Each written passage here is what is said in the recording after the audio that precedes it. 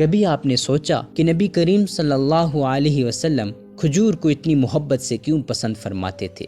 کیوں قرآن میں بار بار اس کا ذکر آیا اور کیوں آج سائنس بھی اسے مان چکی ہے؟ یہ ہے کھجور، وہ میٹھا پھل جو مکہ کی ریگستانی دھرتی سے اگا، لیکن اس میں وہ غازیت، طاقت اور شفا چھپی ہے جو کسی دوسری غذا میں نہیں۔ قرآن کریم میں اللہ تعالیٰ نے کھجور کا ذکر کم از کم 22 مقامات پر فرمایا۔ سورۃ مریم میں اللہ تعالیٰ نے فرمایا، اے مریم، کھجور کے تنے کو اپنی طرف ہلا تاکہ تازہ پکی ہوئی کھجوریں تیرے اوپر گریں۔ یہ وہ لمحہ تھا جب حضرت مریم حضرت عیسیٰ علیہ السلام کی پیدائش کے وقت کمزور اور پریشان تھی۔ اللہ نے انہیں تسلی کے طور پر کھجور عطا فرمائی، یہی بتانے کے لیے کہ کھجور کمزوری، خوف اور تھکن کا علاج ہے۔ قرآن نے کھجور کو شفا دینے والی، توانائی بڑھانے والی غذا کے طور پر بیان کیا۔ رسول اللہ صلی اللہ علیہ وسلم کو کھجور بے حد پسند تھی۔ آپ صلی اللہ علیہ وسلم فرمایا کرتے تھے، جو گھر میں کھجور نہیں وہ گھر غریب ہے۔ ایک اور حدیث میں فرمایا، کھجور بہترین کھانا ہے، اس سے بھوک بھی مٹتی ہے اور طاقت بھی آتی ہے۔ رمضان المبارک میں آپ صلی اللہ علیہ وسلم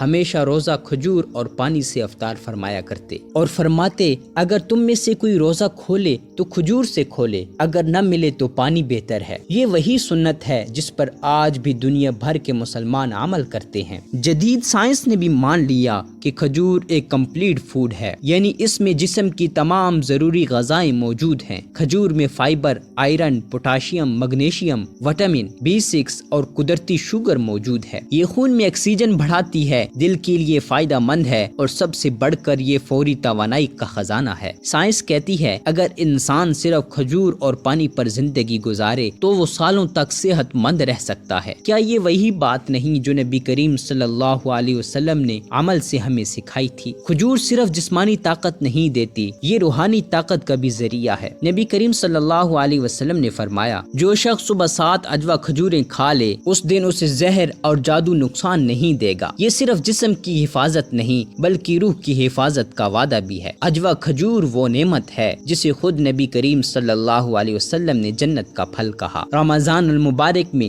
دنیا کے ہر کونے میں جب سورج غروب ہوتا ہے تو مسلمان ایک ہی سنت زندہ کرتے ہیں، کھجور سے روزہ افطار۔ یہ سنت صرف ایک رسم نہیں، یہ دراصل ایک ربانی علاج ہے۔ سارا دن خالی پیٹ رہنے کے بعد سب سے پہلے کھجور کھانا جسم کو فوری توانائی دیتا ہے اور معدے کو نقصان سے بچاتا ہے۔ سائنس کہتی ہے خالی پیٹ پر سب سے بہتر غذا وہی ہے جس میں قدرتی گلوکوز اور منرل ہو، اور یہ سب کچھ کھجور میں موجود ہے۔ حضرت ابو ہریرہ رضی اللہ عنہ فرماتے ہیں، میں نے رسول اللہ صلی اللہ علیہ وسلم کے ساتھ ایسے دن گزارے کہ ہمارا کھانا صرف کھجور اور پانی پر مشتمل ہوتا تھا۔ حضرت عمر فاروق رضی اللہ عنہ نے فرمایا، اگر کھجور اور پانی کسی قوم کا کھانا ہو تو وہ کبھی کمزور نہیں ہو سکتی۔ یہی وہ غذا تھی جس نے صحابہ کو جسمانی طاقت اور روحانی استقامت عطا کی۔ رسول اللہ صلی اللہ علیہ وسلم نے فرمایا، اگر قیامت قائم ہو جائے اور تمہارے ہاتھ میں کھجور کا پودا ہو تو اسے زمین میں لگا دو۔ یہ حدیث ہمیں سکھاتی ہے کہ کھجور صرف کھانے کی چیز نہیں بلکہ عمل،